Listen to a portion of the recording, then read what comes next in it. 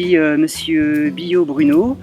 Je suis dans le travail saisonnier dans l'agriculture, l'arboriculture, la viticulture, les vergers.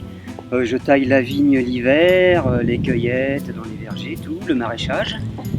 Depuis 1999, je suis sans domicile et en 2003, en août 2003, à la fin des tuyauteries du Queen Mary 2 au chantier de l'Atlantique à Saint-Nazaire, d'où je suis natif à peu près, en août 2003, j'ai pris le vélo, la remorque et j'ai commencé à faire les vendanges, à travailler dans le sud-ouest où je fais à peu près toujours régulièrement les mêmes patrons. Sauf quand ils partent à la retraite ou quand ils ne payent pas, faut qu'on en change.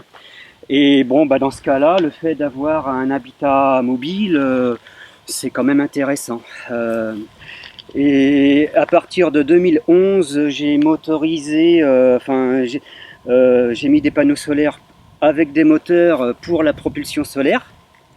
Voilà, parce que ça, moi je l'aurais pas fait si le responsable d'une association d'aide pour le développement de l'Afrique de l'Ouest ne m'avait pas demandé d'inventer un engin comme ça, de faire 6000 bornes pour aller à Cotonou au Bénin, la capitale. Voilà, il y a eu les enlèvements au Niger, au Mali, ça a été annulé, mais quelques années après, en 2011, j'ai commencé à motoriser pour être en état de dire ce que ça peut faire. J'ai habilitation électrique BRBTA par rapport au boulot que je faisais avant, tout ça. Et c'est sans souci que j'ai pu concevoir ça, faire banc d'essai, calcul de Joule, Newton, tout ce qu'on veut, paramétrage divers et variés. Enfin, j'ai fait quelques recherches pour optimiser les rendements. Et à présent, cet engin-là, il y a un potentiel de 450 watts de panneaux solaires à 23% de rendement, les cellules. Sur un parallèle entre Bordeaux et Paris, pour l'année, ce que vous voyez ici va fournir 507 kWh, avec lesquels les 420 kg de poids total roulant pourront être déplacés 15 000 km, laissant aussi donc hiver comme été 60 Wh pour les utilisations diverses, multimédia, ordinateur. Et récemment, là maintenant, j'ai même la cuisine électrique. J'ai la table à induction en fait.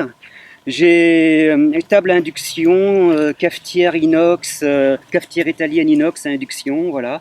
Et je fais la cuisine à l'électricité aussi, quoi. Donc là où je travaillais en Tarn-et-Garonne, où je faisais la cueillette de cerises, suite aux aléas climatiques, il n'y a pas eu les récoltes escomptées. Je me suis donc trouvé au chômage malgré moi, puis j'ai ni RSA ni chômage, rien du tout. Quand on n'est pas... Et puis j'ai profité de l'occasion pour me rendre en Vendée, voir mes mamans, dont la vraie que je connais depuis l'an 2000, quoi. Et j'ai été voir ma grand-mère et ma mère, voilà, en Vendée. Donc pour y aller, j'ai fait à peu près 600 bornes. Et puis là, je suis donc sur le retour. Et je me rends à nouveau en Tarn-et-Garonne là pour continuer à travailler. On voit un peu les choses comme elles se passent et je nie absolument pas le fait qu'il y ait besoin d'une solidarité et qu'en France, on est quand même dans un pays qui est pas mal à cet égard. Maintenant, la solidarité, elle est possible aussi si les forts aident les faibles. Moi je dis pas que je suis fort, mais je suis moins faible que certains. Donc les moins faibles, il faut qu'ils aident les plus faibles. On va dire ça comme ça.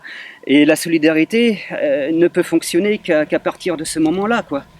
Et donc le but, c'est pas de rester au chômage ou autre, parce qu'il y en a qui cherchent du travail, qu'on ne trouve pas, qui ont besoin des allocations chômage, tout ça. Donc je veux pas leur piquer leur argent. Si je peux me débrouiller, c'est ce que je fais, je travaille à gauche, à droite, selon les demandes. Alors j'ai l'avantage de la mobilité à cet égard. J'ai eu des patrons qui ne pouvaient plus payer, c'est arrivé. Du coup, il m'était arrivé de faire la manche avec la guitare, tout ça, là, avec ça. Là. Il y a 2 ans, un vigneron, un viticulteur en Charente, là, pas très loin, à Blanzac-Porcheresse. Moi, j'étais à Nantes, au pied de la tour de Bretagne, sous pluie battante, le parapluie, la guitare. Mais il y avait pas beaucoup de chalands qui passaient. Et Et bon, je lui dis, moi, il me faut 200, j'ai 265 km pour venir chez vous. Là, on est en décembre. Moi, je voyage avec un panneau solaire. Et puis, celui-là, il me faut 8 jours. Et puis, c'est ce que j'ai fait. J'ai fait les 265 bornes en 8 jours.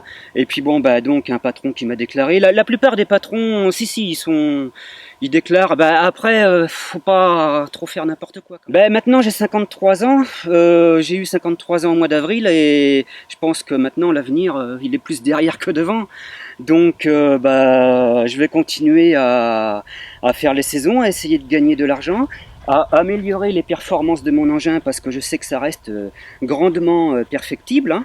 Je suis fort conscient de tout ce qu'il y a à améliorer en question d'efficacité énergétique, autonomie, tout ça. Simplement, il faut à la fois du temps et de l'argent. Et les deux, quand on fait les saisons, on ne gagne pas beaucoup d'argent. Voilà, mais enfin... Et l'hiver, ça se passe comment l'hiver alors? Depuis plusieurs années, hein, je suis sous la tente l'hiver aussi. Hein.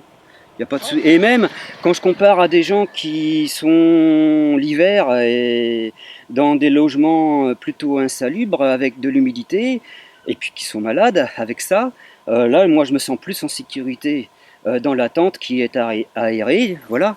Dès l'instant qu'on a un duvet adapté, y a pas de souci. De toute façon, après, le matin, l'hiver, on se lève pour l'embauche à 8 heures. Enfin, même à 8 heures, c'est un peu short parce qu'il fait à peine jour.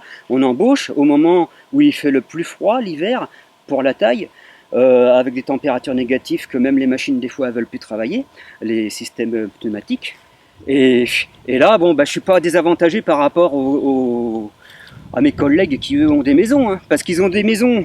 Mais ils en profitent pas, ils sont la journée au travail. Moi aussi. Bon, le matin, j'ai un petit peu plus froid qu'eux pendant 1 heure. Et puis après, ça va impeccable toute la journée. Qu'eux, ils ont froid et moi pas. Message qu'en fait, on pourrait vivre dans un monde un petit peu moins vite, quoi. Parce qu'on est quand même dans un monde où le système commercial, le système monétaire, au profit d'une minorité, fait qu'il faut toujours aller plus vite. Alors là, moi, je voudrais dire, essayez d'être plus lent, essayez d'apprendre à vivre plus lentement, comme les faisaient les anciens, comme le faisaient les anciens. Et je crois que les anciens, quand on regarde la vie qu'ils avaient avant, ils n'étaient pas plus malheureux que maintenant, où on a des voitures qu'on peut aller à 200 sur la route, qui est limitée à 80 maintenant.